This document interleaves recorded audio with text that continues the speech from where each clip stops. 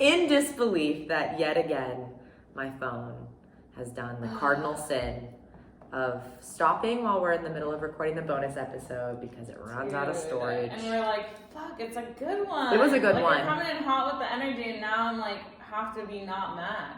Oh, it's fine. It's fine. No, it totally is fine. It's not. And we're gonna get new phones come 2 months from now, and this will just be fucking a memory that we laugh on. Yeah, I won't even actually remember it because it's just.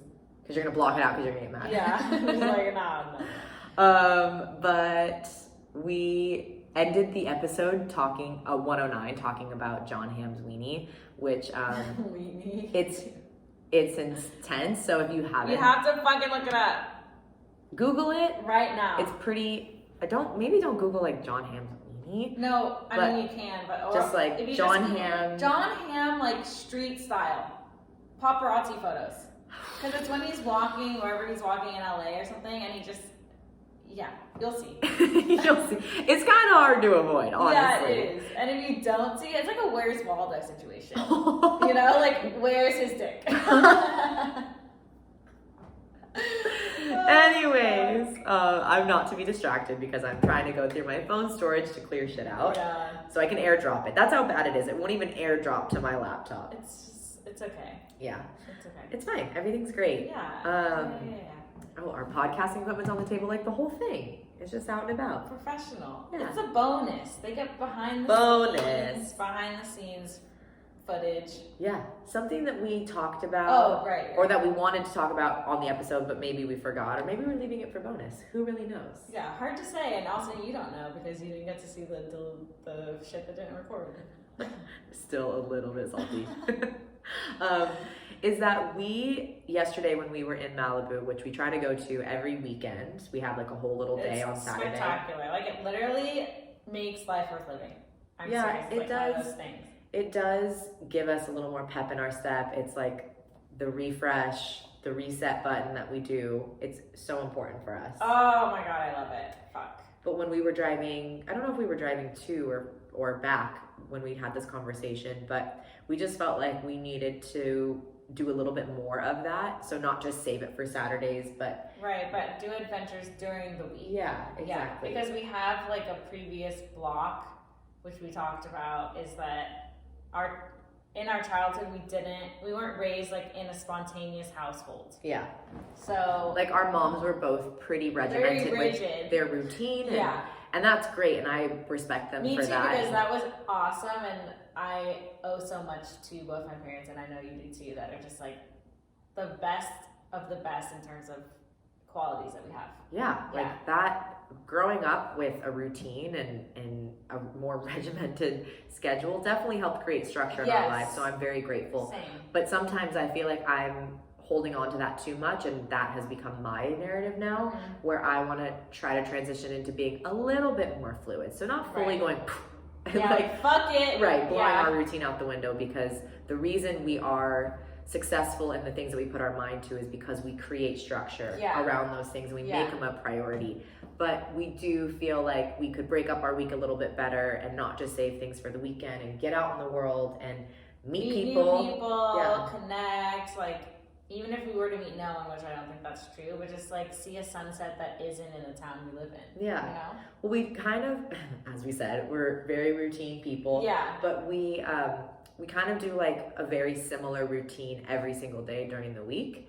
And we love our routine, but it would be nice to not do it every night. So then the nights that we do it, it feels maybe even more special. Yeah, it's like when you go out of town and you travel and you come back home and you're like, the mundane feels like magic now. I love this. Yeah. Do you ever, it doesn't happen often, but like sometimes when you're gone for too long away from home and you just miss the little shit that is a part of your routine. Where I'm like, oh, I miss it like legit, like right away. Do you? My morning oat milk latte, like I'm sad. See, I don't have that type of morning routine, so it's not as blatant to me. Of like, oh, like it's not like a sensory thing of like I get to taste this. Yeah. Because like the only thing that really I can think of like that for me is eating some of our like favorite bars, but I travel with those. Yeah, so that's easy. So I still get that experience. Yeah, that's true. But yeah, so maybe you can pick up on that too for yourself of adding in a little bit more fun throughout the week. Yeah, and especially when you have time to, like, why not? The way that I explained it, and we talked about this on the drive home from Malibu, I think on Saturday, is that I was saying that my brother-in-law Omar, I'll be hanging out with him and my sister, and it'll be us three. And he's just like, let's go to Santa Monica, like, and it's Sunday at 4 p.m. And Tess was explaining it in the last bonus episode, is that is like an hour away from us, and it's like super busy city, whatever. So then typically me and my sister are like, ew, no, it's like Sunday at 4. Why the fuck would we want to do that? Yeah, your logical brain just takes over where you're like, is that even like, is the juice worth the squeeze? Yeah, and so I want to be better at being like, let's go do that. Like, what am I stressed about? Like, I don't have to be here tonight, that I'm here like every fucking night. Like, let's go do something fun. Yeah, but I think because we wake up early in the mornings and we have there's so many things I could say. Yeah, like the main one for me is that like our jobs require us to be very present and on our game. Like, honestly, yeah, you can roll into a Pilates class and just fucking wing it and like, But then it just feels so like but you lose who you are. Yeah, and you lose your edge where people like, there's a reason people go to your class, are waitlisting the classes. Right. It's because we put in a lot of effort, and I don't want to necessarily lose that, but I think I also don't want to give my entire Sunday afternoon to the fact that Monday morning I have to show up. Correct. You know? Yeah. Like, we have to find a balance. Yeah, agreed. So we're doing it. We're taking the first step, and we'll see where it goes. Hopefully we come at you with a lot more we're funny gonna have stories. More stories. I just know it. Like, this is what life is about. I'm ready. Mm-hmm.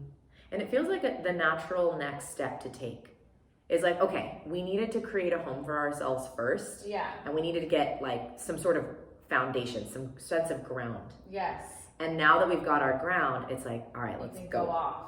Yeah, I've always felt that way. Of like, it's always nice to have some place to go home to, and it makes you feel less chaotic, because the outside world makes you feel that way sometimes. So it's nice to have a home base that's just. And I don't know, 6-7 months ago, we even like, I don't want to say sooner, but like even more recently than that. No, even more recent than 6-7 months. Like 4 months ago, we felt like we were just dangling, like feet in the air. Fucking flighty, whatever other adjective you want. You were like living at my parent, like my dad's house. Like, it was just. Dude, I was living at like multiple houses. Yes. She had 3 houses at the same time. Technically couch surfing. Yeah. And that's just not. But I'm so grateful, because it's like, that's so lucky, but yeah. To have multiple people roofs that would over be your like, head. please live with me. Yeah. But it is, in a way, just kind of overwhelming. And so, again, having a place to call home, to then, I almost said spread your seed. Dude, spread your seed. But spread your legs. Yes. Yeah.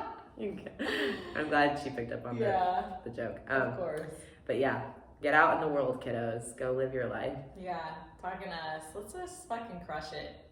We'll see. Maybe we'll see you in Malibu on a Wednesday night. We'll be like, let's not tell everyone where we're going. We don't go to Malibu every Wednesday. Jeez. We're not even going on Wednesday. Yeah, I know. Okay. We're gonna go. I'm gonna post our home address in the show notes description. P.O. Box. Yeah. Come to our house whenever you want, you know? P.O. Box is door is open. Secure. We'll give them the door code. Yeah. Yeah, you guys can just walk right in. I'll turn down the bed for you. Yeah, you have to watch the last episode to know what the fuck that even means. So, all right, see guys. you there. Thanks for tuning into the bonus. Yeah, subscribe, all of it, please. Hit the like button. Watch it. Just do it. It's so easy. Yeah, it's pretty easy to just hit the thumbs up. I know. The second you get to the video next week, just hit the thumbs up right away before you've even seen the video. Yeah. It's no skin off your back. Yeah, it just like, actually, you know what? Do it, because the more you do it, just creates a habit, and we want to like build those habits. Totally. You know? Yeah. Okay. Do you feel pressured? Yeah, exactly. We hope so. Oh my god. Okay, bye. Gotta go.